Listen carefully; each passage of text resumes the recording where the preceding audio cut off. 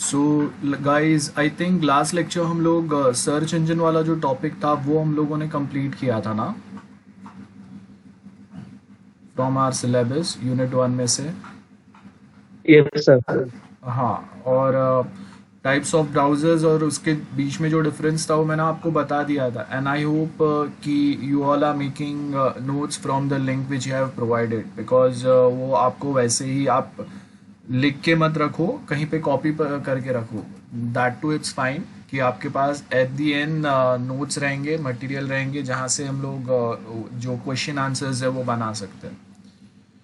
So the same pattern one suppose to follow. Okay, so आज हम लोगों का यूनिट 1 का सिर्फ ये लास्ट का इतना पार्ट बचा है। उसके बाद तो हम लोगों का मेन जो डेवलपमेंट वाला पार्ट है वही स्टार्ट होगा। So today's topic web servers. We have different types of web servers. क्या होते हैं समझते हैं वो।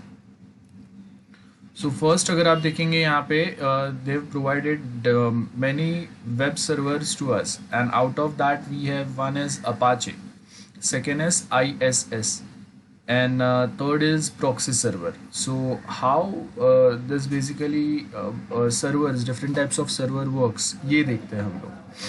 प्रॉक्सी सर्वर मैंने आपको स्टार्टिंग में भी एक बार इंट्रोडक्शन दिया था। Anyone, what we mean by proxy server? Anyone who can recollect? I have given you example with respect to Tor browser. Yes, anyone? That was a hello.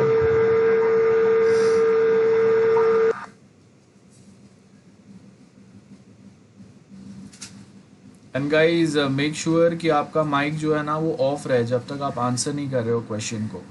Unnecessarily बाकी सबको disturbance होता है, आपका माइक अनम्यूट हो जाता है। So anyone who can answer?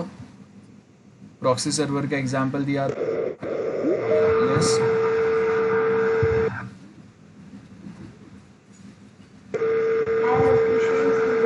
Onion वाला symbol. हाँ बोलो। सर ऑनियन का कोई सिंबल था, आपने याद नहीं आ रहा है। ओके, हाँ वो तो टोर ब्राउज़र का सिंबल था, बट उसके रिस्पेक्ट में मैंने क्या बताया था, हाउ प्रॉक्सी सर्वर वर्क्स, कुछ बताया था ना।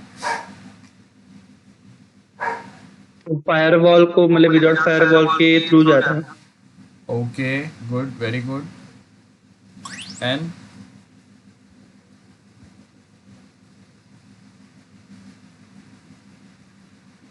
ओके, लोकेशन हिडन रहेगा। Next point. ओके, ठीक है। सो हम लोग एक बार वापस डिस्कस कर लेते हैं how that can work. Okay,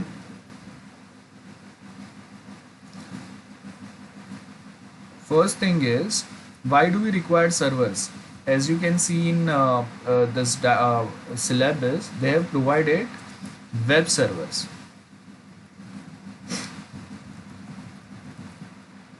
Okay, so web servers basically होता क्या है? मेनली सर्वर्स का मतलब होता है जो आपको कोई तो सर्विस प्रोवाइड करता है। अब वो अलग अलग टाइप के सर्विस होता है। कोई सर्वर्स सिर्फ फाइल हैंडलिंग के काम में आता है, लाइक जहाँ पे हम लोग सिर्फ सर्वर के पास से फाइल्स लेते हैं। कोई सर्वर होता है जो ऑथेंटिकेशन पर्पस के लिए काम में आता है, जहाँ पे अगर मैं साइन अप या लॉगिन करता हूँ तो मेरा पासवर्ड जो वेरीफाई करता है वो भी एक टाइप का सर्वर होता है। कोई कोई सर्वर्स रहेंगे जो सिर्फ डेटाबेस हैंडल करेंगे। डेटाबेस का मतलब है कि आप अगर कोई साइट पे आपने अकाउंट ओपन किया है, जैसे आप तो NMIMS में अगर आप देखेंगे तो आपके पास यहाँ पे कॉलेज है, और वो जो कॉलेज है उसके पास आपका बहुत ज़्यादा डेटा है। तो वो डेटा को भी हैंडल करने के लिए again we required some type of a server, जहाँ पे आपका वो डेटा जो है वो स्टोर्ड रहेगा इन अ प्रॉपर मैनर। तो यहाँ पे we have those types of servers. तो हमेशा क्या होगा, we have different types of clients, और वो क्लाइंट्स जो है वो कोई ना कोई एक सर्विस डिमांड करेंगे। और वो सर्विस के लिए हम लोग के पास यहाँ पे अलग अलग टाइप के सर्वर्स होते हैं। तो उसमें से अगर आप देखेंगे यहाँ पे देखो आपको एक अपाचे वेब सर्वर दिया हुआ है, और वही हम लोगों का टॉपिक का नाम भी है वेब सर्वर, जिसमें से फर्स्ट जो है वो है अपाचे वेब सर्वर। तो अगर मैं यहाँ पे अपाचे वेब सर्वर अगर एंटर करता हूँ तो आपको बेटर समझ में आएगा। सो ऐसा कुछ आइकन होता है उसका, अपाचे वेब सर्वर का। और उसके साथ में अगर आप देखेंगे ये सर्वर बेसिकली करता क्या है, आपको बहुत सारे सर्विसेज प्रोवाइड करता है। अगर मैं इसको ऑफलाइन वर्जन में अगर इंस्टॉल करता हूँ तो ये आपका जो लोकल कंप्यूटर है ना उसी को एज अ सर्वर कन्वर्ट कर देता है। जैसे हम लोगों ने इफ़ यू रिमेंबर हम लोगों ने एक जो वर्डप्रेस का वेबसाइट इंस्टॉल किया था, तो वर्डप्रेस का वेबसाइट इंस्टॉल करने के टाइम पे ऑफलाइन वेबसाइट की बात कर रहा हूँ मैं, जहाँ पे आपने वर्डप्रेस का एक सेटअप इंस्टॉल डाउनलोड किया अपने कंप्यूटर पे and then you try to install that setup. तो उसमें क्या हुआ कि आपके कंप्यूटर पे आपको अलग से एक सॉफ्टवेयर छोटा सा इंस्टॉल करना पड़ा, जिसका नाम अगर आप देखेंगे तो क्या होता है, जैम्प होता है, जैम्प सर्वर या वैम्प सर्वर, बराबर है।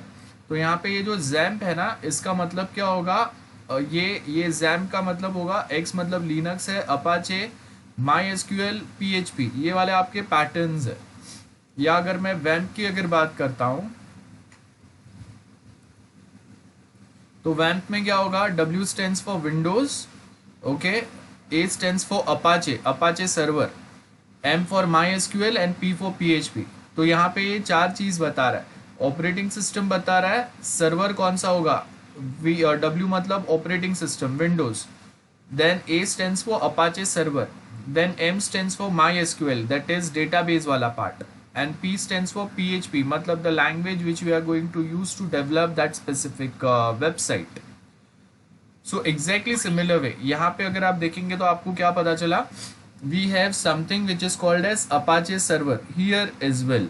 तो वो जो आपका Apache server यहाँ पे है, वो सर्वर का मेन पर्पस क्या होगा वो हम लोगों को समझना है।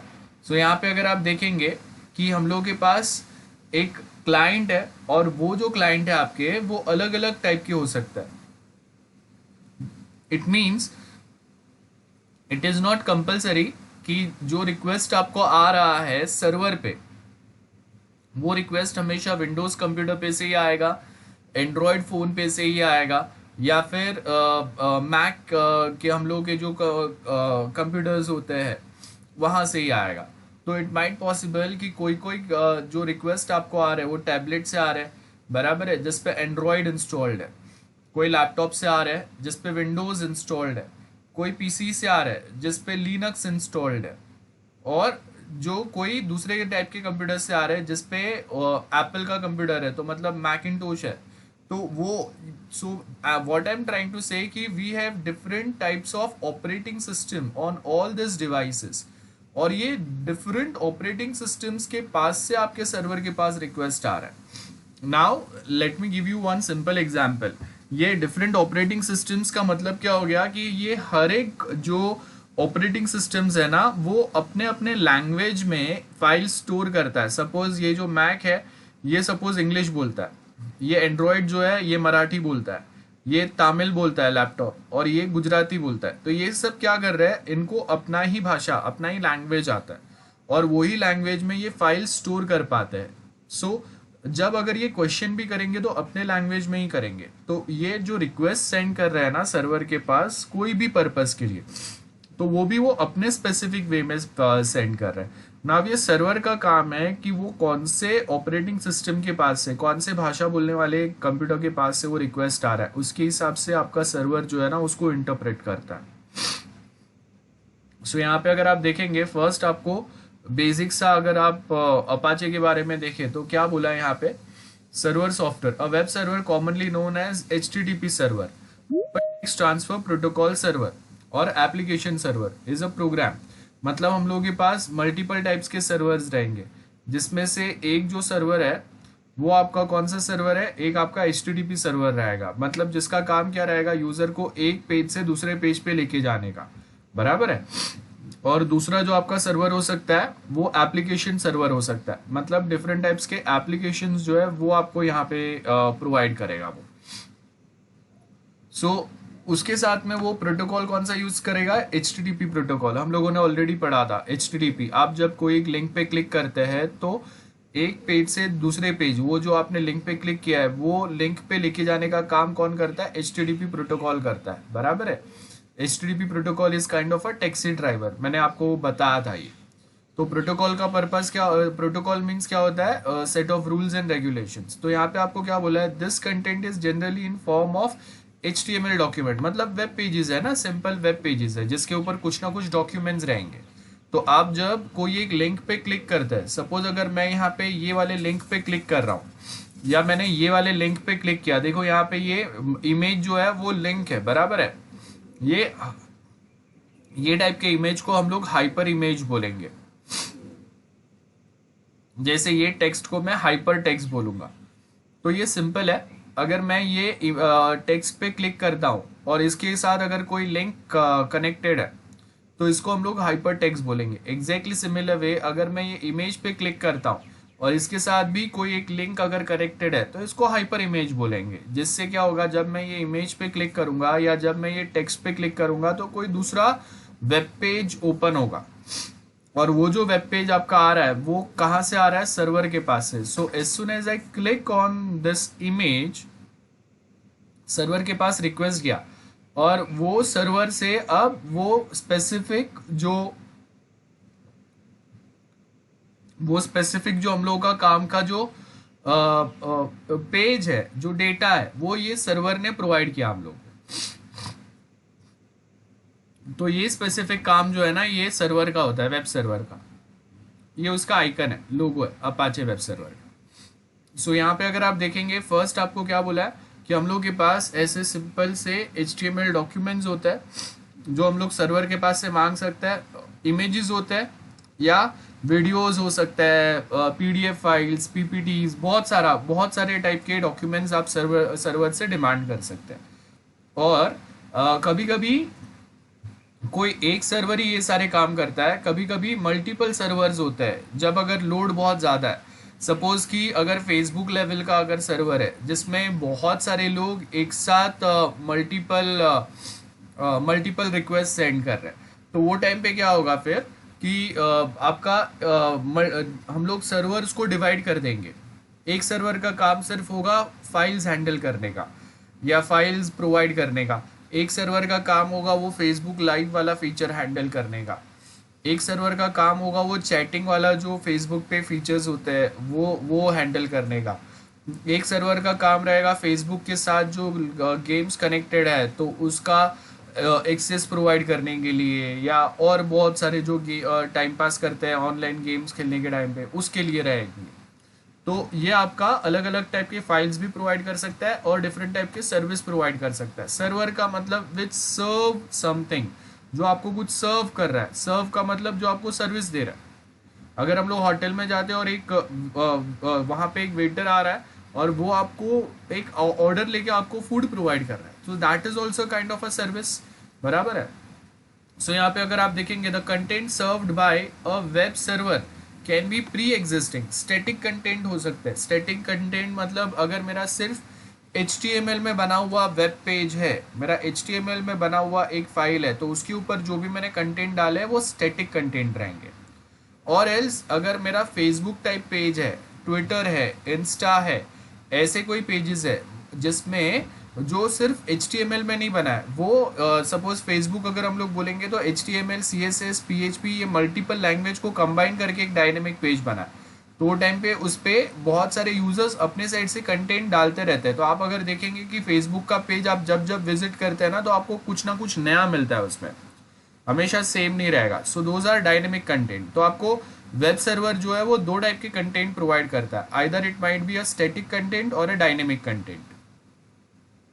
सो यहाँ पे अगर आप देखेंगे Apache web server HTTP web server है, किसने बनाया वो बेसिकली दिया हुआ है। इसको अगर आप देखेंगे कि हम लोग के पास एक वर्ड यहाँ पे दिया हुआ है, एक सेकेंड ना। Okay guys, hello, am I audible? Yes sir. हाँ Yes, sir. Okay okay. So देखो यहाँ पे हम लोग को क्या बोले, basically we have Apache web server, the HTTP web server and Apache Tomcat है, बराबर है। अब ये वाले सर्वर्स आपको हेल्प कैसे करते हैं उसका, अगर यहाँ से अगर आप देखेंगे क्लाइंट के ब्राउजर से, ध्यान से देखो, क्लाइंट के ब्राउजर से एक रिक्वेस्ट गया, किसके पास गया, सर्वर के पास। अब यहाँ पे उसने सपोज, जैसे अगर मैं यहाँ पे ब्राउजर पे जाता हूँ and I demand for google.com, this is a web page. As soon as I enter, server के पास रिक्वेस्ट गया और वो वेब पेज आ गया। अब ये इतना छोटा सा प्रोसेस नहीं है, हम लोगों को लगता है इतना सिंपल। लास्ट टाइम जब मैंने आपको डीएनएस सिखाया था, डोमेन नेम सर्वर, तो उसमें हम लोगों ने देखा था कि सिर्फ आईपी एड्रेस फैच करने के लिए काफ़ी लंबा प्रोसेस चलता है, और एक बार आईपी एड्रेस मिलने के बाद में वो आईपी एड्रेस के ऊपर आपका ब्राउज़र कॉल करता है। हर एक डोमेन के साथ में एक आईपी एड्रेस लिंक्ड रहता है, बराबर है। जैसे हम लोगों ने एग्जांपल लिया था कि मोबाइल में हम लोग हर एक मोबाइल नंबर के साथ में एक नाम स्टोर्ड रखते हैं, बिकॉज हम लोग के लिए ये इजी नहीं है कि हम लोग इतने सारे मोबाइल नंबर्स याद रख सके। तो हम लोग क्या करेंगे, सपोज अगर मुझे FIBACIT का CR के साथ अगर कनेक्ट होना है तो उसका मोबाइल नंबर मुझे याद नहीं है, तो वो टाइम पे मैं क्या करूँगा, उसका नाम and FIBACIT CR NM college ऐसा मैं स्टोर करूँगा। सो नेक्स्ट टाइम अगर मुझे FI के CR से कनेक्ट करना है तो मैं वो नाम सर्च करूँगा और मैं उस पर क्लिक करूँगा तो उसके साथ जो मोबाइल नंबर कनेक्टेड है उसके ऊपर कॉल लगता है। एग्जैक्टली सिमिलर वे जब हम लोगों को बहुत सारे वेबसाइट्स होते हैं तो मुझे भी यहाँ पे वो सारे वेबसाइट्स याद नहीं रहेंगे, तो वो टाइम पे क्या होता है, वो वेबसाइट्स के नाम होते हैं। जैसे google.com, ये जो डोमेन नेम है, this is the name of that website. So यहाँ पे भी वो वेबसाइट के साथ में जो आईपी एड्रेस कनेक्टेड है ना, वो आईपी एड्रेस हम लोग याद नहीं रख सकते, तो उसके बदले हम लोग क्या करते हैं, उसके ऊपर एक सिंपल सा नाम ऐड कर देते हैं। फेसबुक, गूगल, ट्विटर, इंस्टा, या एनएम कॉलेज है, या फिर हम लोग अगर बोलते हैं कि अगर मुझे कोई होटल्स रिक्वायर्ड है उसके कोई साइट्स रहेंगे। गोड आईडी है, हम लोगों ने लास्ट टाइम देखा था, जहाँ से हम लोग डोमेन्स रजिस्टर कर सकते हैं। तो ये सारे नाम्स हम लोग अटैच करते हैं। तो आपका ब्राउजर बेसिकली क्या करता है, जैसे हम लोग फोन में नाम पे किसी के नाम पे क्लिक करते हैं तो उसके साथ जो नंबर लिंक्ड रहता है उसके ऊपर कॉल लगता है। एग्जैक्टली सिमिलर वे जब हम लोग कोई एक डोमेन नेम एंटर करते हैं ब्राउजर में, तो सबसे पहले उसके साथ कौन सा आईपी एड्रेस कनेक्टेड है वो ढूंढते हैं हम लोग, और उसके बाद वो आईपी एड्रेस के ऊपर आपका ब्राउजर कॉल करेगा, तब जाके वो स्पेसिफिक वेब पेज आपके ब्राउजर पे लोड होता है। This is the complete process. अब उसमें यहाँ पे अगर आप ये डायग्राम देखेंगे तो आपको ये डायग्राम में क्या बोला है, we have a client that is a web browser. ये मेरा क्रोम हो सकता है, Mozilla Firefox, Internet Explorer, Microsoft Edge का ब्राउजर हो सकता है, सफारी हो सकता है, कोई भी हो सकता है। यहाँ से एक सिंपल सा कोई भी एक गूगल का पेज या कोई एक वेबसाइट का पेज के लिए रिक्वेस्ट गया। नाउ रिमेंबर, अगर मैं कोई एक वेबसाइट ओपन करता हूँ, जैसे मैंने यहाँ पे लिखा NM कॉलेज, बराबर है, तो nmcollege.in नाम का वेबसाइट यहाँ पे अवेलेबल है।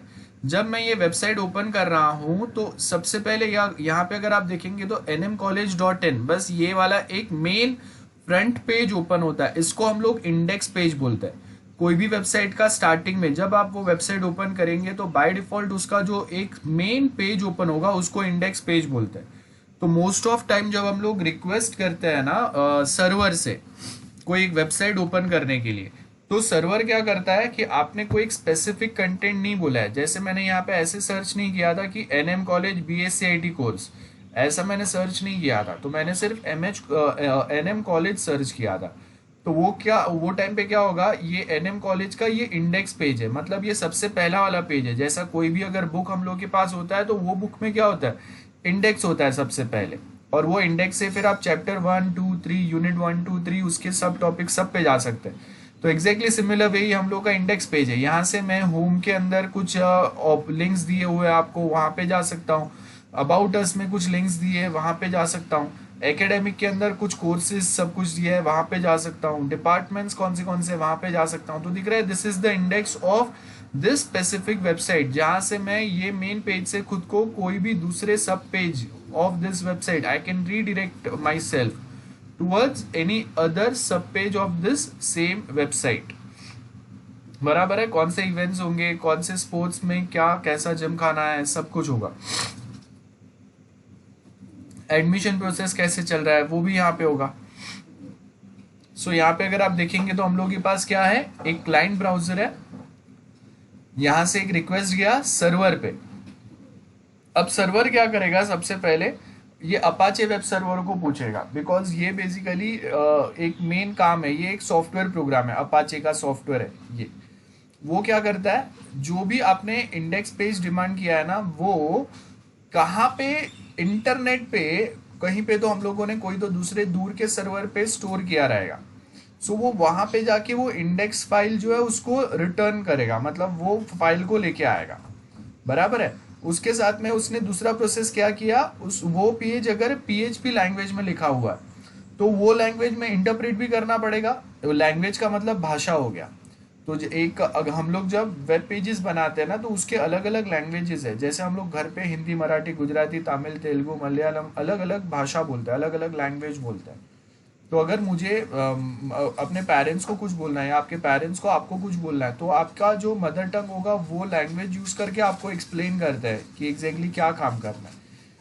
एग्जैक्टली सिमिलर वे, अगर मैं एनएम कॉलेज का अगर मैं वेब पेज यहाँ से फेच करने की ट्राई कर रहा हूँ, बराबर है, उसका वेबसाइट लाने की ट्राई कर रहा हूँ, और वो फाइल या वो वेबसाइट अगर पीएचपी में बना है, तो सबसे पहले इंडेक्स फाइल एक प्रोसेस करेगा। क्या प्रोसेस करेगा, it takes the help of this PHP software, और उसके बाद जो फाइनल ऐसा कुछ दिखने वाला जो आउटपुट है ना, वो आउटपुट पेज जो है वो ये अगेन अपाचे वेब सर्वर को रिटर्न करेगा। और यहाँ से फिर वो ये वाला जो मेन सर्वर है, वो सर्वर फिर आगे as a response client browser पे वो वेब पेज को लोड कर देगा।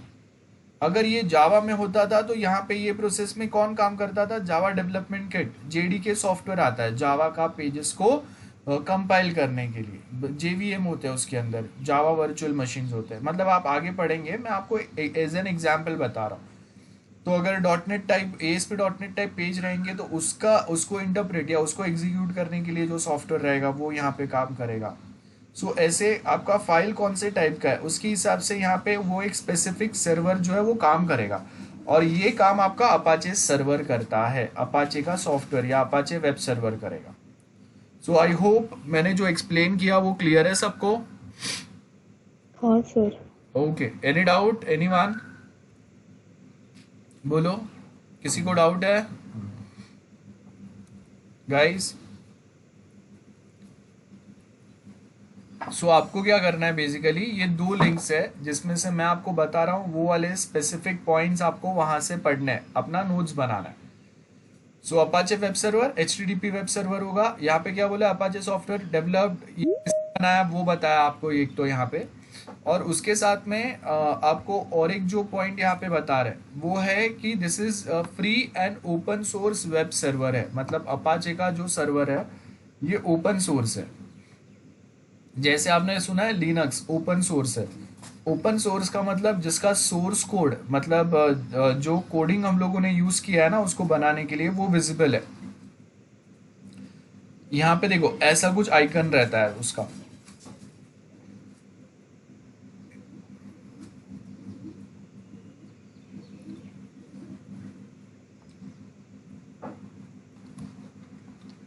देखो मेरे कंप्यूटर में जैम्प इंस्टॉल्ड है। सो यहाँ पे अगर आप देखेंगे ना, ये अपाचे नाम से ये वेब सर्वर यहाँ पे अवेलेबल है। तो ये जो भी सॉफ्टवेयर्स मैं यहाँ पे यूज कर रहा हूँ ना, ये सारे जो है ना ये फ्री वाले हैं। मतलब सबसे पहले तो ये ओपन सोर्स है। Now remember one thing very clearly, open source softwares, इसका मतलब ये नहीं होता है कि वो फ्री में अवेलेबल है। बहुत बार सर्टन ओपन सोर्स सॉफ्टवेयर्स होते हैं जो फ्री नहीं होते, तो this are two different things. Open source softwares का मतलब होता है ऐसे सॉफ्टवेयर्स जिनका सोर्स कोड, जो कोडिंग हम लोगों ने किया है ये सॉफ्टवेयर्स को डेवलप करने के लिए, वो कोडिंग आपको एक्सेसिबल है। आप देख सकते हो वो कोडिंग को, आप समझ सकते हैं, आप पढ़ सकते हैं वो कोडिंग को। बराबर है, और उसको कोडिंग को देख के आप डिसाइड कर सकते हैं कि ये सॉफ्टवेयर मेरे लिए सिक्योर होगा नहीं होगा, मैं इसको अपने पर्पस के लिए यूज कर सकता हूँ नहीं कर सकता हूँ। And with a legal permission you can also make a changes in those code which is available. सो आपके पास वो कोड अवेलेबल रहता है। जैसे विंडोज़ कैसे बना है, विंडोज़ का कोडिंग वो विंडोज़ माइक्रोसॉफ्ट आपको प्रोवाइड नहीं करता है, ये क्लोज्ड सोर्स ऑपरेटिंग सिस्टम है। लेकिन लिनक्स जो है वो ओपन सोर्स ऑपरेटिंग सिस्टम है। तो अगर आप अपना एंड्रॉयड डिवाइस या एंड्रॉयड फ़ोन को रूट करते हैं तो उसके बाद हम लोग वो फ़ोन में बहुत सारे अपने हिसाब से चेंजेस कर सकते हैं। मतलब आप अभी आपका जो एंड्रॉयड फ़ोन यूज़ कर रहे हैं आप उसके सुपर यूज़र नहीं है। आपको अपनी फ़ोन के बहुत सारे एक्सेस है ही नहीं अब तक, क्योंकि आपने अपने फ़ोन को रूट नहीं किया। रूट करने के बाद आप उसके अंदर अपने हिसाब से, अगर आपको टेक्निकल नॉलेज है तो आप अपने हिसाब से उसमें कोडिंग भी कर सकते हैं, आप अपने हिसाब से उसके फंक्शंस मॉडिफाई भी कर सकते हैं, बहुत कुछ कर सकते हैं आप।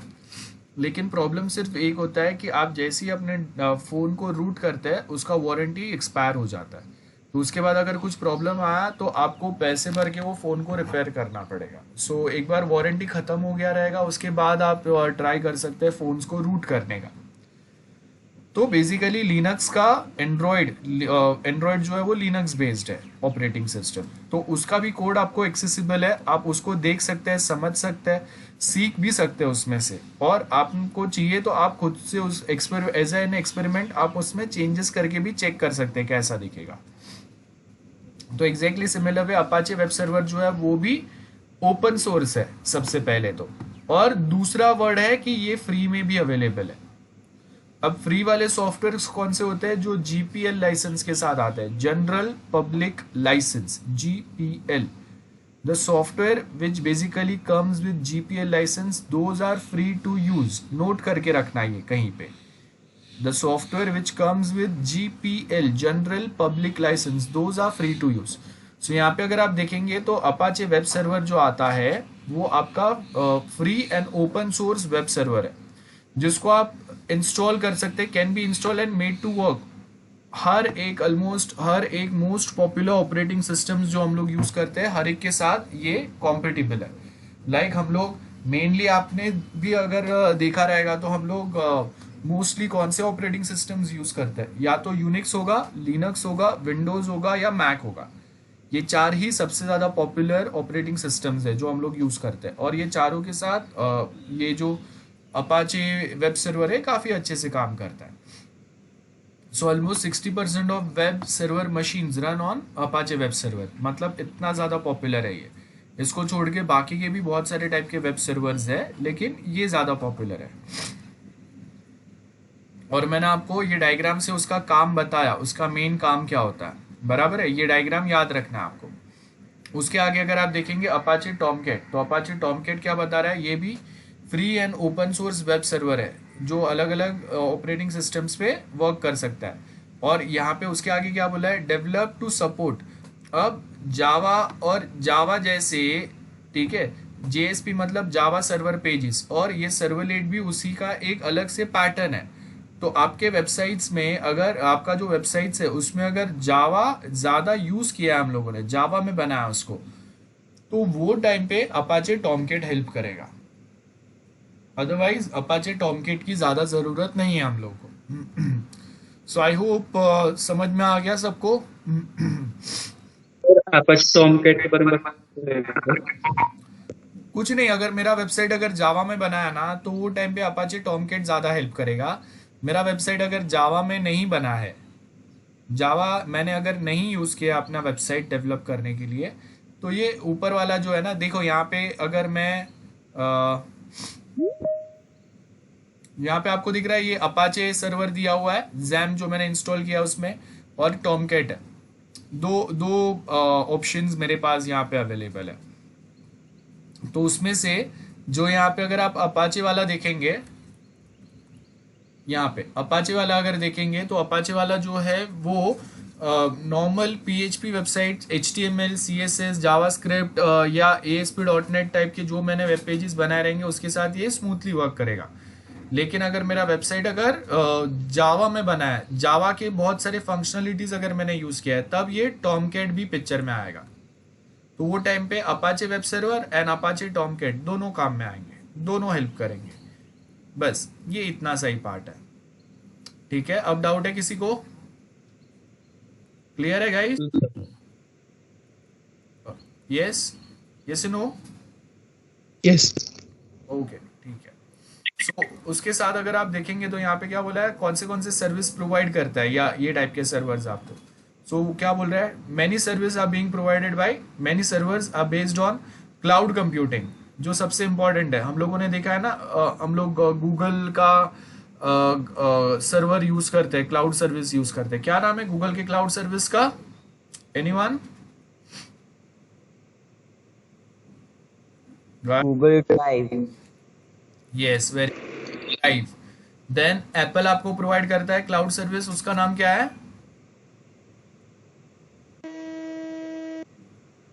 एप्पल के साइड से जो क्लाउड सर्विस प्रोवाइड होता है उसका नाम क्या है? आई क्लाउड। सुना है आपने?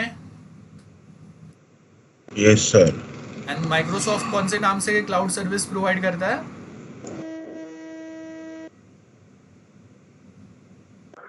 Microsoft cloud. Okay, Microsoft cloud. Okay, या या और कुछ नाम है? सर अजूर कुछ तो है। हाँ, क्या है नाम? प्रॉपरली बताओ।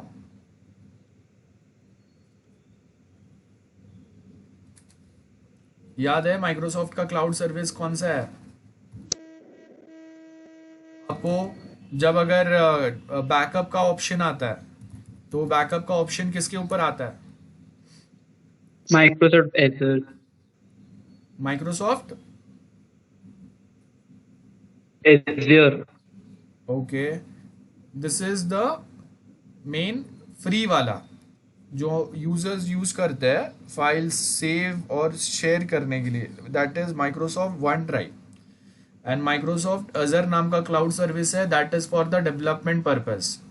हम लोग जब डेवलप करेंगे तो आप जब अगर माइक्रोसॉफ्ट का आपके पास अगर लाइसेंस्ड वर्जन है तो वो लाइसेंस्ड वर्जन पे जब आप जाके कुछ काम करते हैं तो वो टाइम पे आपका डेटा जो है वो वन ड्राइव पे सेव हो सकता है।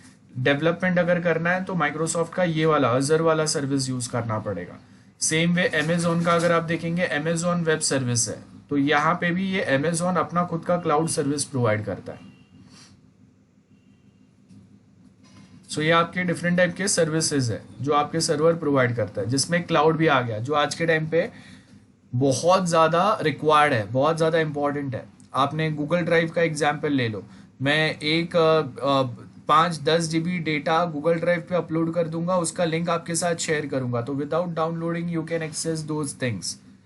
आपको डाउनलोड करने की ज़रूरत नहीं पड़ती है। और आप अगर किसी के साथ शेयर भी करना है तो सिर्फ एक लिंक शेयर कर दो, 10 GB डेटा उसके साथ शेयर हो गया, आपको मैन्युअली उसके साथ शेयर करने की ज़रूरत नहीं पड़ती। So that is the main importance of cloud services.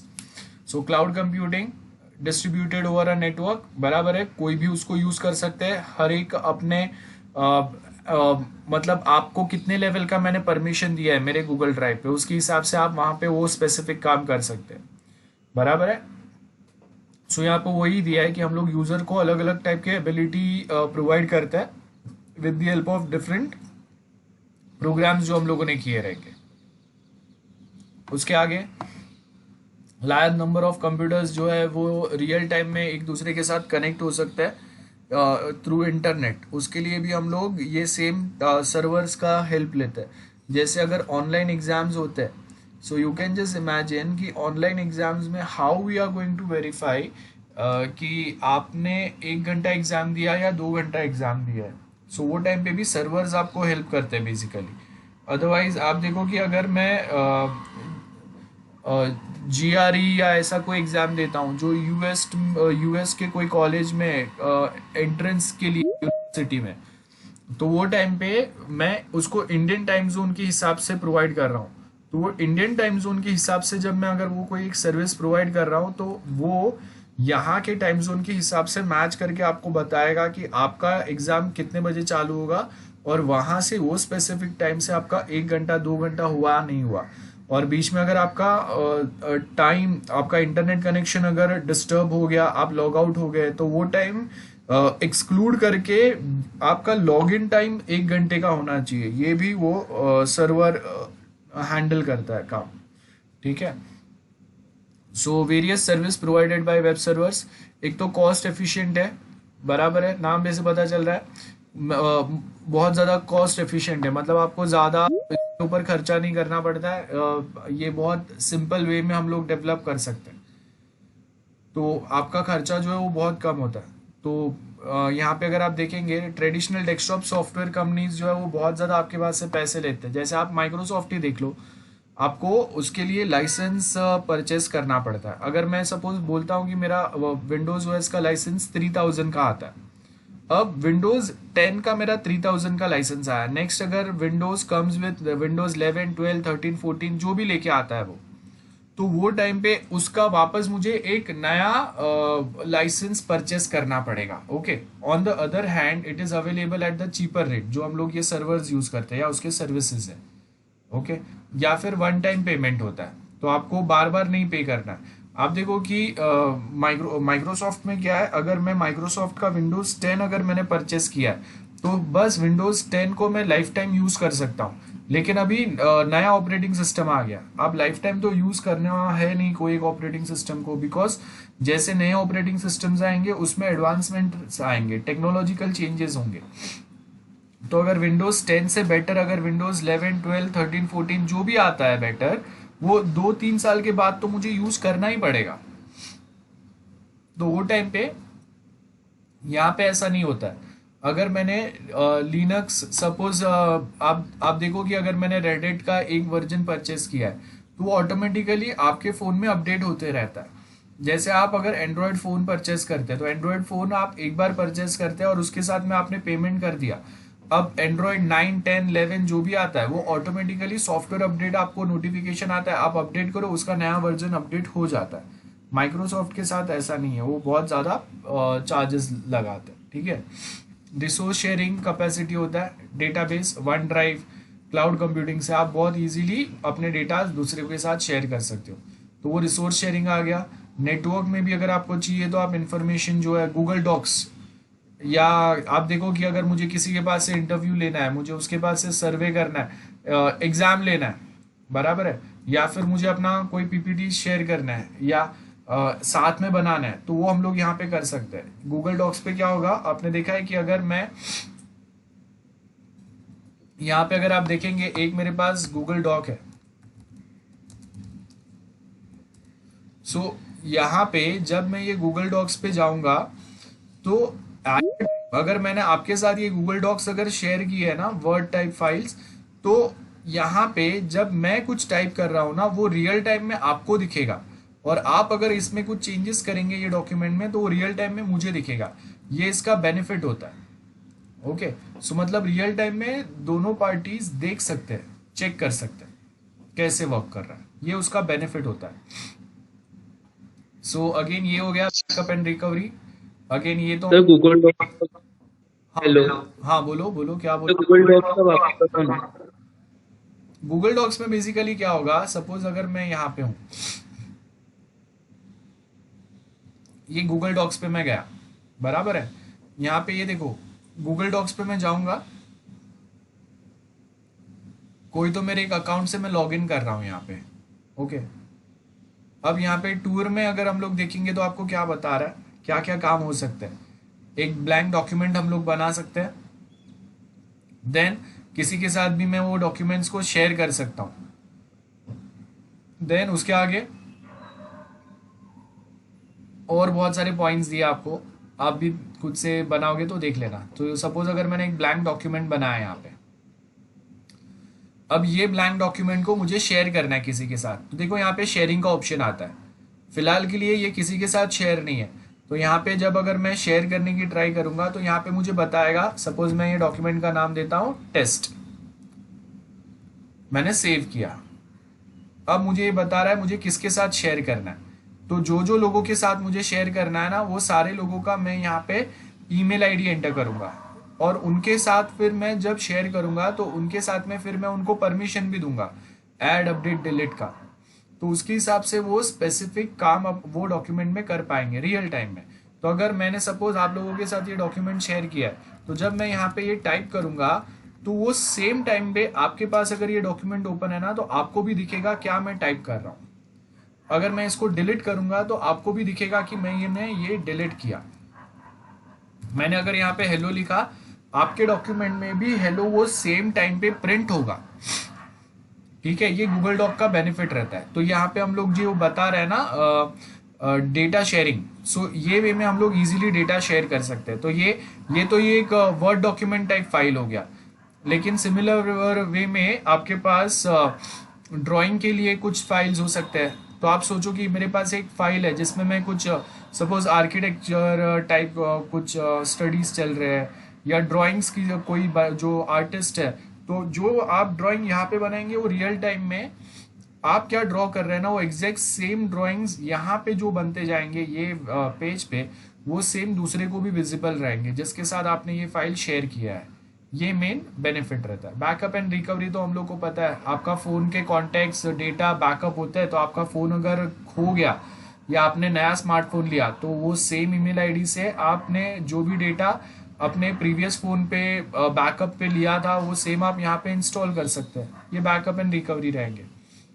Types of servers, email server हो सकता है, अलग अलग टाइप के हम लोग के जो एप्लीकेशन है उसके लिए सर्वर हो सकता है, सिर्फ फाइल ट्रांसफर करने के लिए सर्वर हो सकता है, डेटाबेस सर्वर हो सकता है, सर्टेन सर्वर्स रहेंगे जो सिर्फ डीएनएस डोमेन नेम्स हैंडल करने के लिए काम में आएंगे, या जो डोमेन के साथ में कौन सा आईपी एड्रेस लिंक्ड है उसको रिजॉल्व, उसको फैच आउट करने के लिए काम में आएंगे। तो ऐसे आपके अलग अलग टाइप के सर्वर्स होते हैं। सो ये आपका टाइप्स ऑफ सर्वर्स हो गया। तो सिलेबस में अगर आप देखेंगे अपाचे सर्वर दिया है, आईएसएस सर्वर, मतलब या तो मैं अपाचे सर्वर यूज करता हूँ या बहुत बार आईएसएस सर्वर यूज करता हूँ। दोनों सेम वे में ही काम करते हैं, दो अलग कंपनी ने बनाया हुआ है, ये डिफरेंस है। तो अगर अपाचे आपको समझ में आया तो आईएसएस बहुत इजीली समझ में आएगा। तो अभी आपको क्या करना है, ये जो भी हम लोगों ने स्टार्ट टू एंड यहाँ पे पढ़ा है, ओके, ये पूरा आपको याद रखना है। ये मैं आपके साथ ये लिंक शेयर करता हूँ। अपना नोट्स, आपको फर्स्ट जो नोट्स बनाना है आज का वो ये वाला है।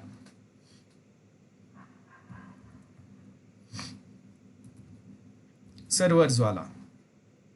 सो यहां से आपको ये पूरा याद रखना है। ठीक है, आपको क्वेश्चंस दिए है, सर्वर सॉफ्टवेयर्स कौन से रहेंगे। अगेन एक क्वेश्चन आ सकता है ऐसा। तो सर्वर सॉफ्टवेयर्स हम लोग के पास कौन से रहेंगे, दो टाइप के सर्वर सॉफ्टवेयर्स है, अपाचे वेब सर्वर है एंड अपाचे टॉमकैट है। Server service provided bye server कौन से होते हैं, तो ये इसके लिए आपको 5 मार्क का क्वेश्चन आ सकता है। Service provided by different servers. So यहाँ पे अगर आप देखेंगे this are the different services, 4 services दिए हुए। टाइप्स ऑफ सर्वर्स 5 सर्वर आपको दिए, तो 5 मार्क के लिए एक एक सर्वर आपको एक्सप्लेन करना पड़ेगा। So again this is 5 marks question. Okay, and next जो है, how does Apache web server works. So यहाँ पे अगर आप देखेंगे ये इतना सा part Apache web server work करता है। सो यहाँ से ये डायग्राम और ये उसका एक्सप्लेनेशन, इतना कंक्लूजन के पहले वाला पार्ट तक ध्यान से देखना। बस इतना आपको 5 मार्क्स के लिए नोट करके रखना है डायग्राम के साथ में फ्रॉम दिस लिंक।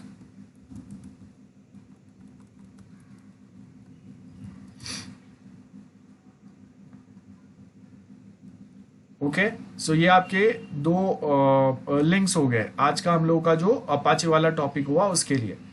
अब exactly similar way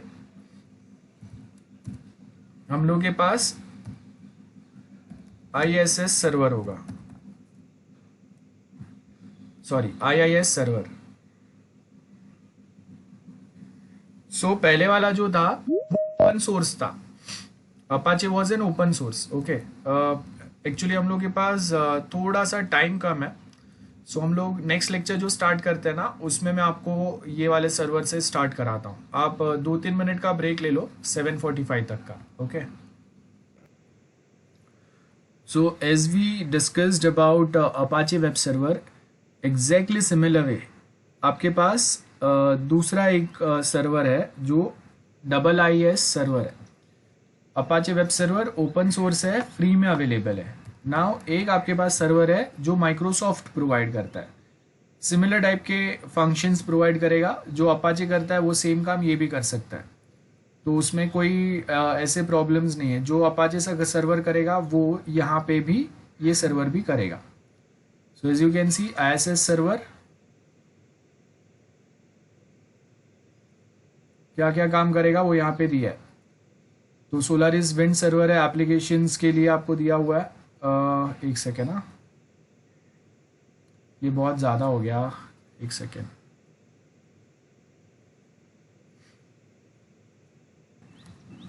okay so देखो ये वाला जो लिंक है, ठीक है, if you can just Google how ISS server works और how it works with server ISS server. So यहाँ पे आपको मिल जाएगा इंटरनेट इंफॉर्मेशन सर्वर, नाम पे से पता चल रहा है ऑनलाइन आपके बहुत सारे कामों के लिए इंटरनेट इंफॉर्मेशन सर्वर हेल्प करता है। ये डायग्राम दिया हुआ है आपको, जहाँ पे क्लाइंट साइड से रिक्वेस्ट जाएगा, इंटरनेट के थ्रू वो जाएगा सर्वर पे। सर्वर अभी अगर आपने डेटा डिमांड किया है तो डेटाबेस में से देगा। ये अलग अलग प्रोसेसेस है, log in, sign up, video uploading, video downloading, PPTs, PDF files, ये सारे प्रोसेसेस है उसके। तो वो स्पेसिफिक प्रोसेस को कॉल करेगा। अगर आपने PDF डिमांड किया है तो PDF वाला जो प्रोसेस है वो रिक्वेस्ट करेगा, और अगर वो PDF मिल जाएगा वो एज अ रिस्पॉन्स इंटरनेट के थ्रू वो क्लाइंट के पास वापस वो रिस्पॉन्स आ जाएगा। So this is all about this. अगर मेरा website ASP.NET framework, basically ASP जो लैंग्वेज है और ASP के साथ में जो .NET फ्रेमवर्क है ये आपको माइक्रोसॉफ्ट ही प्रोवाइड करता है। तो अगर मैंने ASP.NET में अगर एप्लीकेशन बनाया तो वो टाइम पे IIS सर्वर जो है ये मुझे बेटर फैसिलिटी प्रोवाइड कर सकता है, बराबर है, .NET टाइप सॉफ्टवेयर या वेबसाइट्स के लिए, ये याद रखना है। सो वर्कर प्रोसेस क्या रहेगा, वर्कर प्रोसेस ये हम लोग के पास क्या दिया है, we have some executable file. .exe मतलब एग्जीक्यूटेबल फाइल्स होते हैं जिसको एग्जीक्यूट करने पे आपको कुछ तो आउटपुट मिलता है। तो यहाँ पे क्या होगा, वर्कर प्रोसेस वो क्या करेगा, एक एग्जीक्यूटेबल फाइल रन करेगा, बराबर है, ASP.NET एप्लीकेशन में।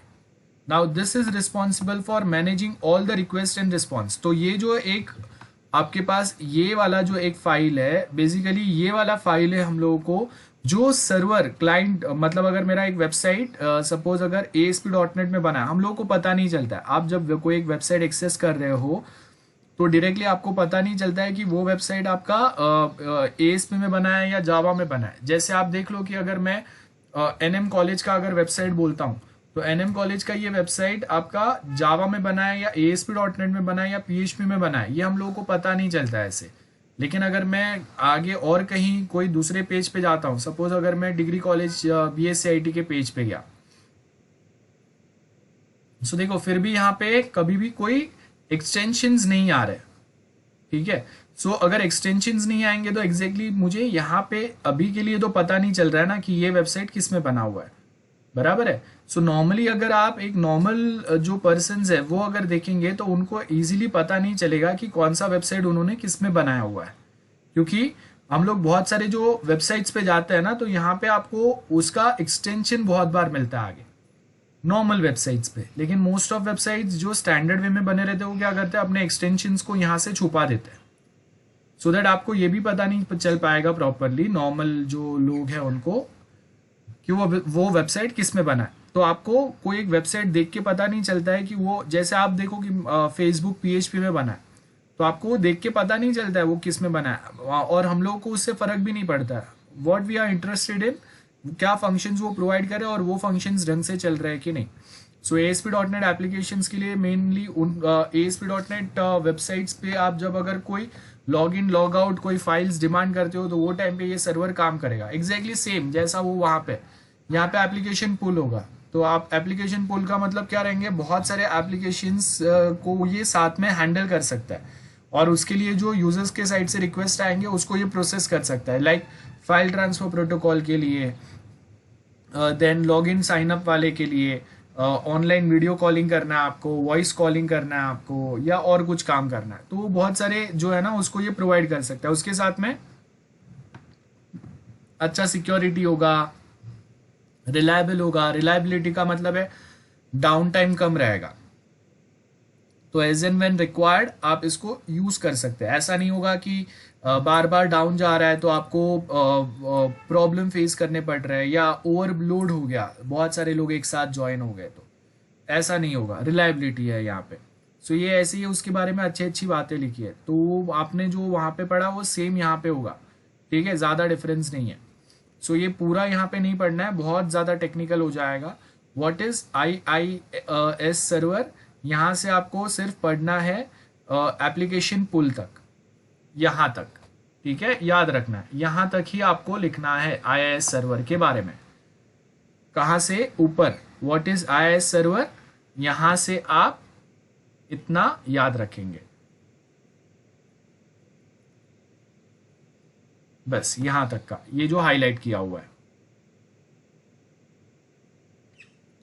This is your complete 5 marks answer, that's it, nothing more than this is required.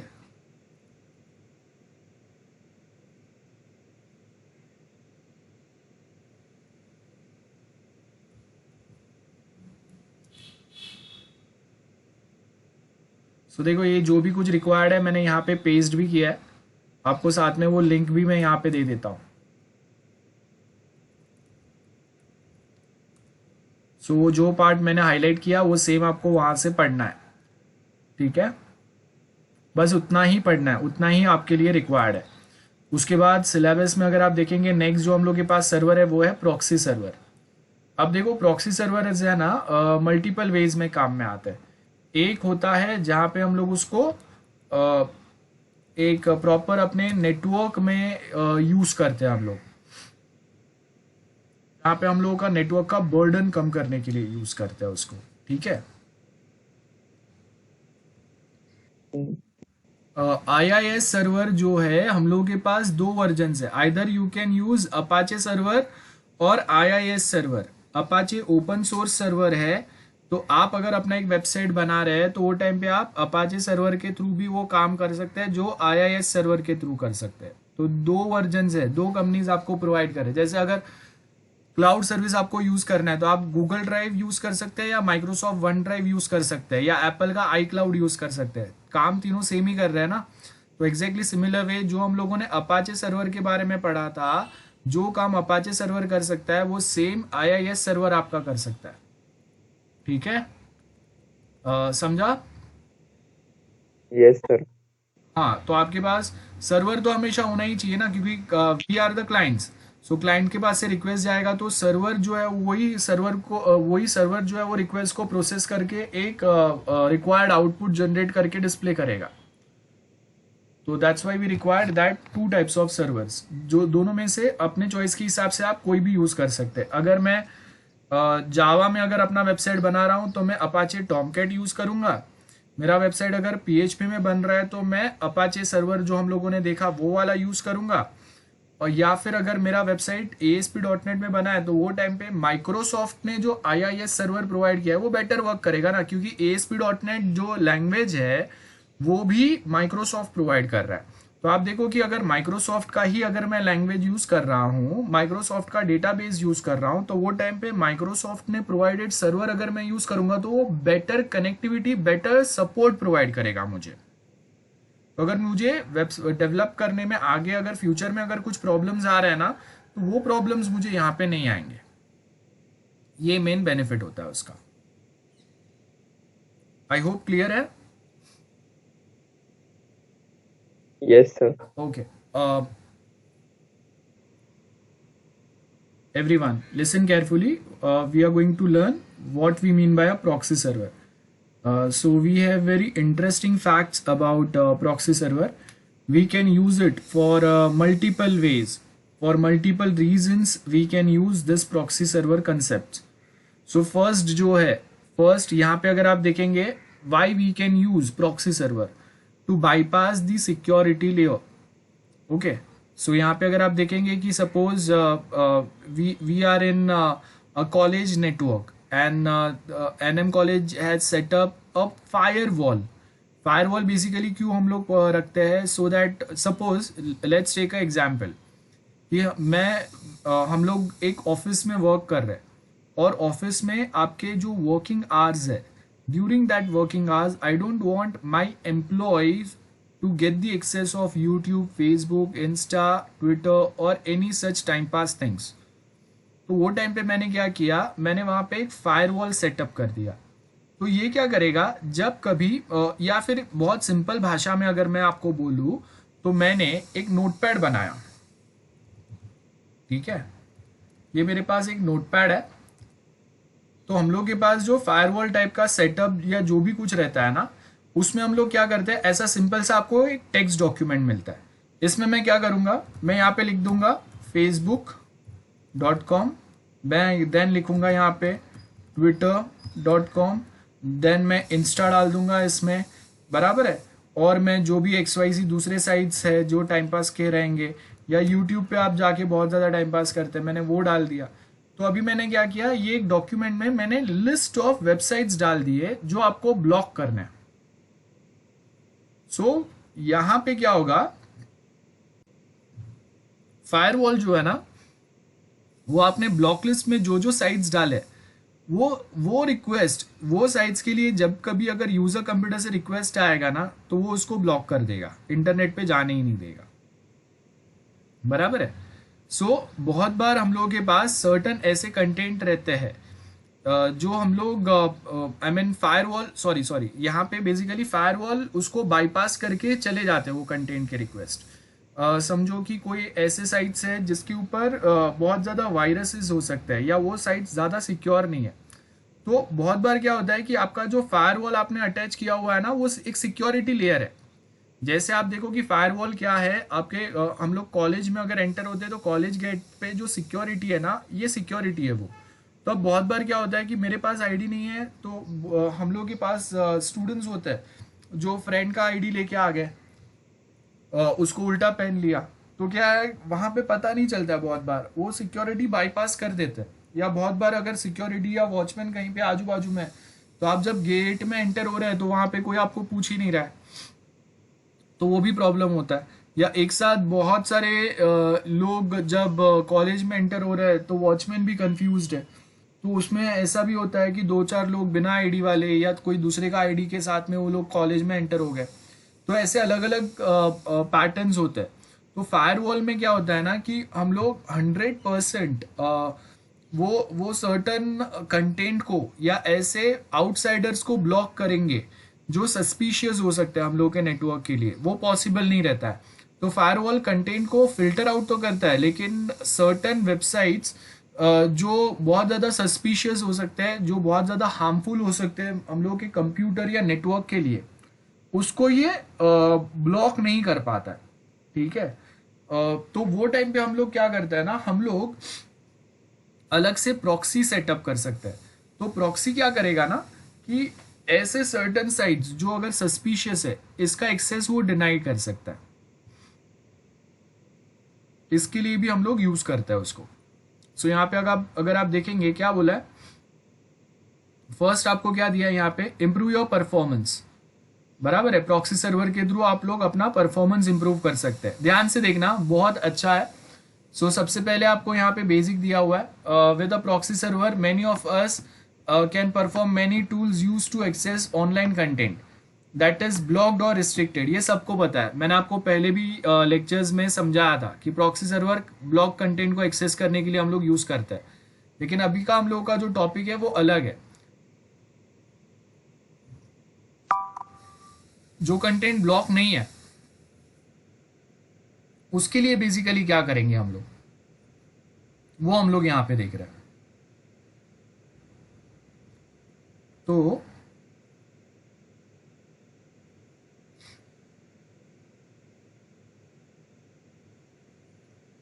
यहां पे आपको सबसे पहले दिया, in case if you don't know proxy we can send a request to a server resource on users behalf. Users की behalf में क्या होगा, यहां से हम लोग सर्टन कंटेंट को भेजेंगे। The proxy IP address is completely hidden, मैंने आपको टोर ब्राउजर में बताया था वो। And to get indirect access to other server और रिसोर्सेस, वो टाइम पे it works like a gateway between you and internet. तो इंटरनेट के ऊपर आपका रियल आइडेंटिटी, आपका रियल आईपी एड्रेस कभी भी एक्सपोज नहीं होगा। आप समझो कि अगर मैं कॉल करने के टाइम पे अगर this is just a example, मैं ऐसा नहीं कर रहा है, लेकिन हम लोग बहुत बार इंटरनेट के थ्रू कॉल करते हैं। आप समझो कि जैसे कॉल सेंटर से आपको कॉल आता है, तो आपने देखा रहेगा कि कॉल सेंटर्स में इनबाउंड एंड आउटबाउंड दो प्रोसेसेस चलते हैं। इनबाउंड मतलब अगर मैं कस्टमर केयर में कॉल करता हूँ तो इनबाउंड में जा रहा है। आउटबाउंड मतलब कस्टमर केयर से जो आपको कॉल आता है वो आउटबाउंड से आता है। लेकिन सब में अगर आप देखेंगे नंबर सेम रहता है। क्यों? बिकॉज वो इंटरनेट के थ्रू कॉल किया हुआ है। तो वो जो एक मेन उनका जो कॉमन टोल फ्री नंबर है ना, वो विजिबल होता है आपको। बराबर है। तो अगर 50 लोग कॉल कर रहे हैं और वो सेम नंबर से कॉल कर रहे हैं, वो कब पॉसिबल होगा? जब हम लोगों ने इंटरनेट के थ्रू वो एक इंफ्रास्ट्रक्चर सेटअप किया है। तो एग्जैक्टली सिमिलर वे आप देखो कि अगर मुझे किसी को कॉल करना है, तो अगर मैं एक इंफ्रास्ट्रक्चर सेटअप करूं जहां पे मेरा रियल मोबाइल नंबर किसी को विजिबल नहीं रहेगा, उसके ऊपर जो मैंने टेम्पररी एक मोबाइल नंबर सेटअप किया है वही विजिबल रहेगा। तो वैसे ही यहाँ पे होगा, the request you send online is taken by a proxy and after request process the result taken back to you. Now the advance proxies can do more just by sending request to the internet or accessing the block content. This server can also work with filters and firewalls. ये कर सकते हैं आपके लिए। सो यहाँ पे अगर आप देखेंगे वी हैव अ प्रॉक्सीज, बराबर है। सो जैसे आपको क्या बोला है सबसे पहले, ये आपका परफॉर्मेंस इंप्रूव कर सकते हैं। So best proxy server can help you to improve network performance by using some compression tools. Like compression tools कैसे यूज करेंगे? Like computer that are routed by this server are most likely to get access of different network and resources as with another computer. Using this fast processor allows the employees to access any online content more quickly. कैसे होगा? Example समझते हैं। यहाँ पे देखो आपके पास ये diagram है। अब सपोज कंप्यूटर 1 है। कंप्यूटर 1 ने एक डेटा, एक फाइल डिमांड किया, बराबर है। सपोज इसको विंडोज 10 इंस्टॉल करना है। तो अगर विंडोज 10 की अगर बात करता हूं, तो विंडोज 10 का आपका साइज अगर आप देखेंगे, विंडोज 10 या फिर सपोज रेडेट ऑनलाइन डाउनलोड, ठीक है। सो यहाँ पे अगर आप देखेंगे रेडेट, अगर मैं ऑनलाइन डाउनलोड करने की ट्राई कर रहा हूं, रेडेट इज एन ऑपरेटिंग सिस्टम। सो अगर मैं यहाँ पे इसको ऑनलाइन डाउनलोड करने की ट्राई करूंगा, सो इसका साइज क्या है वो अगर आप देखेंगे, सो आपको यहाँ पे बताएगा कि ऑनलाइन डाउनलोड करने में at least it requires 5 to 10 GB, sorry 3 to 4 GB of size. Okay, 3 to 4 GB या 2 GB पकड़ो चलो। तो ये फर्स्ट कंप्यूटर ने रेडेट डाउनलोड करने के लिए, रेडेट ऑनलाइन डाउनलोड करने का रिक्वेस्ट सेंड किया। तो ये रिक्वेस्ट किसके थ्रू होके गया? प्रॉक्सी के पास होके इंटरनेट पे गया। तो अब जब ये 2 GB का फाइल लेके आ रहा है, तो फर्स्ट कंप्यूटर को, दिस कंप्यूटर 2 GB का फाइल, आपका अगर इंटरनेट अगर बहुत ज्यादा फास्ट भी है ना, 10 Mbps या 50-40 Mbps भी है, तो भी 2 GB का फाइल डाउनलोड करने के लिए 15-20 मिनट्स तो चले ही जाएंगे। तो क्या हुआ, फर्स्ट कंप्यूटर को रेडिट का फाइल इंटरनेट से डाउनलोड करके उसके पास आने के लिए 15-20 मिनट्स लग गए। बीच में आपके पास प्रॉक्सी है। अब प्रॉक्सी क्या करता है ना, प्रॉक्सी अपने पास एक कैश मेमोरी रखता है। ओके,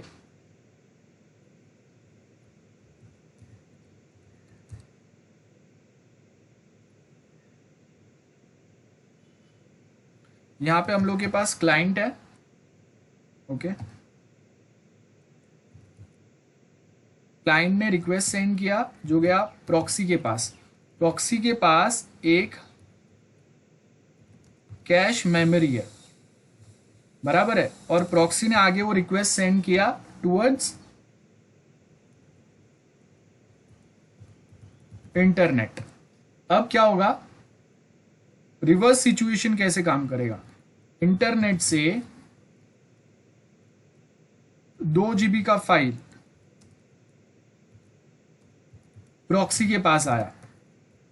प्रॉक्सी ने क्या किया, एक कॉपी उसका अपने कैश मेमोरी में स्टोर किया और एक कॉपी उसका क्लाइंट को दे दिया।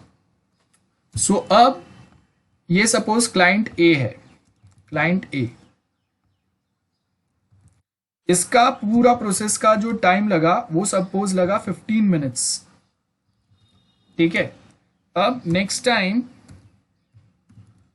क्लाइंट बी जब सेम 2 GB का file, same file of 2 GB demands, तो प्रॉक्सी क्या करेगा, proxy instead of sending request over internet,